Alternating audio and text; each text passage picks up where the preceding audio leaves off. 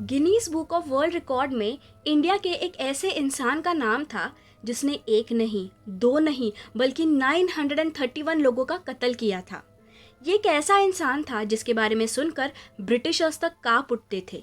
एक ऐसा इंसान जिसका खौफ इतना था कि अगर वो कहीं से गुजरता भी था तो वहाँ के लोग वहाँ रहना छोड़ देते थे और वहाँ का पूरा इलाका खाली कर दिया करते थे।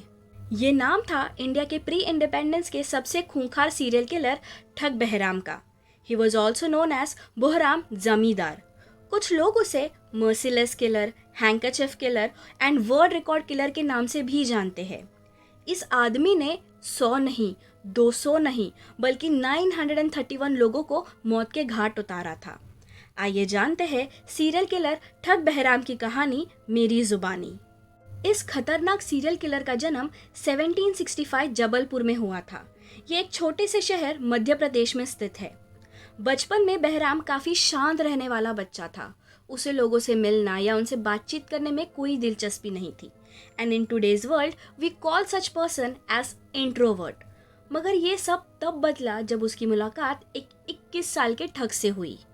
ठग, अगर इस वर्ड का किताबी डेफिनेशन निकाला जाए तो इसका मतलब है एक ऐसा वॉयलेंट इंसान जो कोई भी क्राइम करने के लिए आसानी से मान जाता है।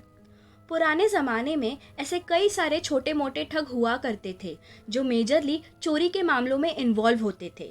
और ऐसे ही एक ठग से मिलने के बाद बहराम की पूरी जिंदगी बदल गई। And not in a good way but in a very very bad way. ठग बहराम ये केवल 10 साल का था जब इसने चोरी चकारी करना शुरू किया। अनफॉर्चुनेटली ठग बहराम की बचपन की स्टोरी और पास्ट की इन्फॉर्मेशन ज़्यादा कुछ अवेलेबल नहीं है, लेकिन इसके सीरियल किलर बनने की स्टोरी तो बस अब शुरू ही हुई है। 1780s में लोग व्यापार करने के लिए एक शहर से दूसरे शहर ट्रैवल किया करते थे। ये व्यापारी कभी भी अकेले ट्रैवल नहीं करते थे। ये हमेशा ग्रुप्स में ट्रैवल किया करते थे और इन लोगों के ग्रुप्स को काफिला कहा जाता था। अचानक एक दिन ऐसे ही काफिलों से कई सारे ट्रैवलर्स अचानक गायब होने लगे और उनके चिंतित परिवारों ने पुलिस कंप्लेंट फाइल की। And even after a lot of investigation police के हाथ कुछ भी नहीं लगा। अभी तक एक भी केस सॉल्व नहीं हुआ था कि फिर से ऐसी ही खबरें वापस पुलिस के कानों में पड़ी और एक के बाद एक ऐसी खबरें पुलिस को मिलती ही जा रही थी और लोग दिनों, हफ्तों और सालों तक मिल नहीं रहे थे। Now you all must be wondering कि ये लोग कब, कहाँ, कैसे और क्यों गायब हो रहे थे। And let me tell you कि इन सब डिसअपियरेंस के पीछे ठग बहराम का हाथ था। अब इतने सारे लोगों को गायब करना केवल बहराम का काम नहीं था। उसी के साथ उसी के जैसे 200 और ठग इस काम में शामिल थे। जब लोग काफिलों के लिए घर से रवाना होते थे तब ये ठग्स एक एक करके उनसे जुड़ते थे और धीरे धीरे वो उन सबको अपनी मीठी मीठी बातों में फंसाकर उनका कत्ल कर देते थे। अब ये सब ठग्स इतने शातिर थे कि अपना काम बहुत स्मूथली करते थे। ये किसी को भी कानों कान इसकी खबर तक पहुंचने नहीं देते थे। इन लोगों के मारने का पैटर्न भी फिक्स था और हर एक ठग का काम उसी के अकॉर्डिंग बंधा हुआ था। ठग बहराम ने सबको ये क्लियर इंस्ट्रक्शन दिए हुए थे कि इन लोगों पर तब तक अटैक नहीं करना है जब तक ठगों की संख्या काफिलों के संख्या से ज़्यादा ना हो जाए। फॉर एग्जाम्पल, किसी काफिले में 50 लोग हैं तो ठग्स तब तक उन पर हमला नहीं करेंगे जब तक ठगों की संख्या 50 से ज़्यादा ना हो जाए। और जब उनकी संख्या ज़्यादा हो जाती थी तो ये लोग उन्हें जंगलों में ले जाते थे और रात के अंधेरे में सीआर की आवाज़ निकाल कर अपने साथियों को सिग्नल देते थे, जिसके बाद हर एक ठग एक इंसान को पकड़ लेता था। उसके बाद बहराम वहाँ आता था और अपने पीले कलर के रुमाल से उन्हें मार देता था। जी हाँ, पीले कलर का रुमाल, आपने बिल्कुल सही सुना। पीले कलर का रुमाल ये ठग बहराम का हथियार था। बहराम के पीले कलर के रुमाल में कॉइन या मेडल जैसी कोई गोल चीज सिली हुई थी जिसको बहराम लोगों के गले में फंसाता था और उस मेडल या उस कॉइन का एडम्स एप्पल पर इतना बुरा असर पड़ता था कि लोगों की सांसें रुक जाती थी और उनकी मौत हो जाती थी। और इसी तरह वो पूरे काफिले को खत्म करता था, जिसके बाद ये सारे ठग्स मिलकर इन सारे बॉडीज को या तो दफन कर देते थे या तो फिर कहीं फेंक देते थे। अब आप सब सोच रहे होंगे कि दुनिया में इतने सारे खूंखार हथियार है तो भला क्यों बहराम एक रुमाल से हत्या करता था। तो इसका आंसर काफी सिंपल है, क्योंकि बहराम को खून खराबा ये बिल्कुल भी पसंद नहीं था। इनफैक्ट वो खून खराबे से डरता था। अब सबसे ज़्यादा कॉमन सवाल ये है कि अगर बहराम को सच में खून खराबा पसंद नहीं था तो भला वो लोगों की हत्या करता ही क्यों था? इसका आंसर भी काफ़ी ज़्यादा सिंपल है। दुनिया में हर एक किलर का कोई ना कोई मोटिव ज़रूर होता है और बहराम का मेन मोटिव था लूट। बहराम इन सब काफिलों को मारने के बाद उनकी सारी कीमती चीजें चुरा लिया करता था। बहराम का खौफ इंडिया में बड़ी ही तेजी से फैल रहा था कि तभी ब्रिटिशर्स ने हम पर कब्जा कर लिया और ईस्ट इंडिया कंपनी को एस्टैब्लिश किया। मगर बहराम जैसे खतरनाक खूंखार सीरियल किलर को भला किसका डर हो सकता है? And he still continued to kill and loot people. मगर अब की बार एक छोटा सा फर्क था। उसने इस बार अंग्रेज की एक बेटी से अपना हाथ मिला लिया था और उस अंग्रेज का नाम था डॉली। एंड बिकॉज डॉली काफी ज्यादा खूबसूरत थी तो कई सारे लोग उसके पीछे पागल हुआ करते थे।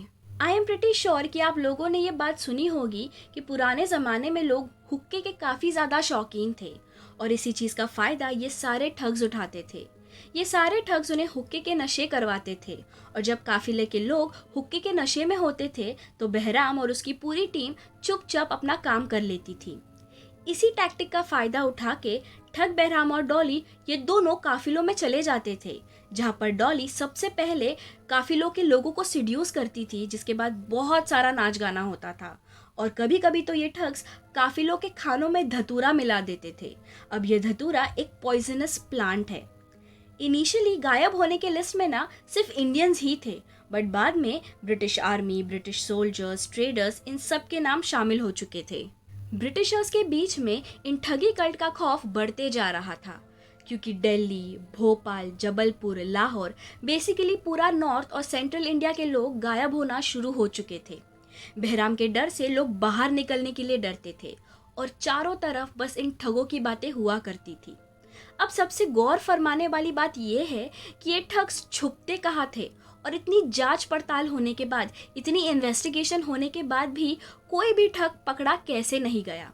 And the answer is very very simple. ये ठग्स अपनी पहचान छुपाकर अपना वेश बदल लेते थे।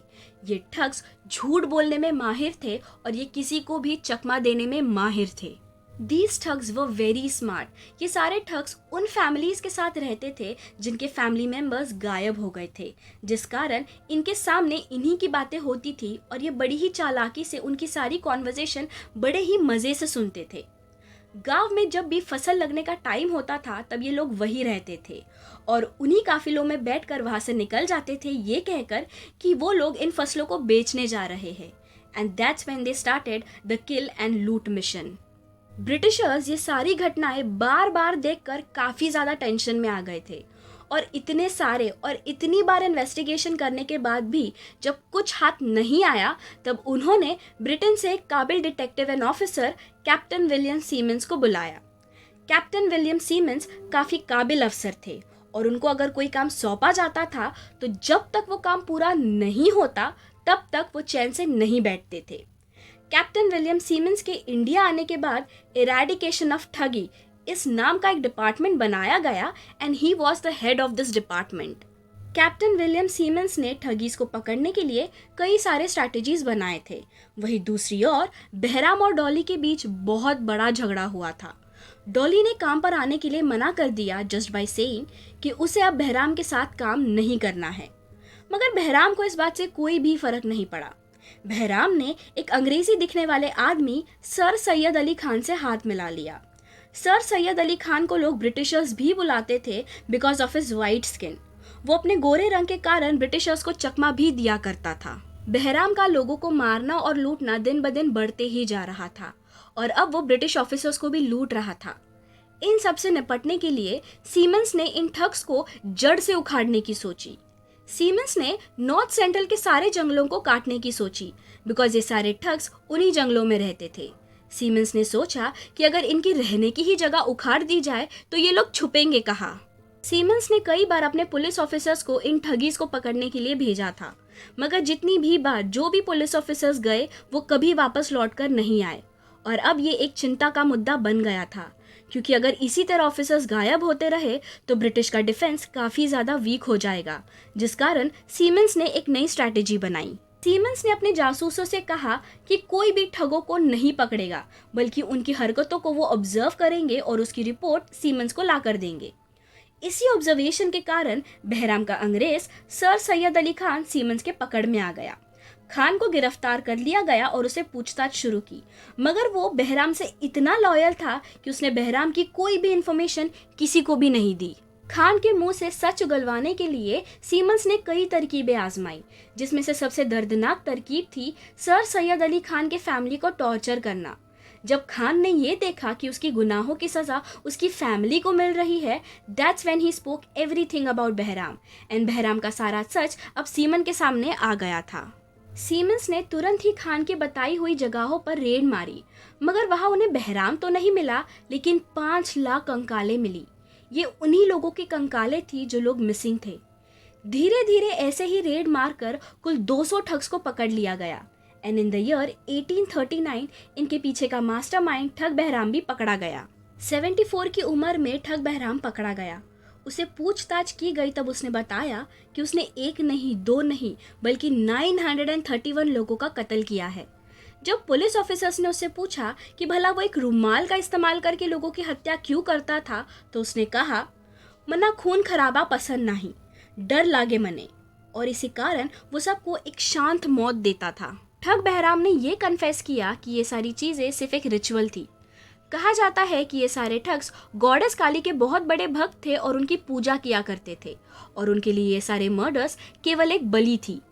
अब इस बात में कितनी सच्चाई है हम ये तो नहीं जानते, लेकिन जिस बेरहमी से ठग बहराम ने सबको मारा था, उसी तरीके से उसकी भी मौत हुई थी।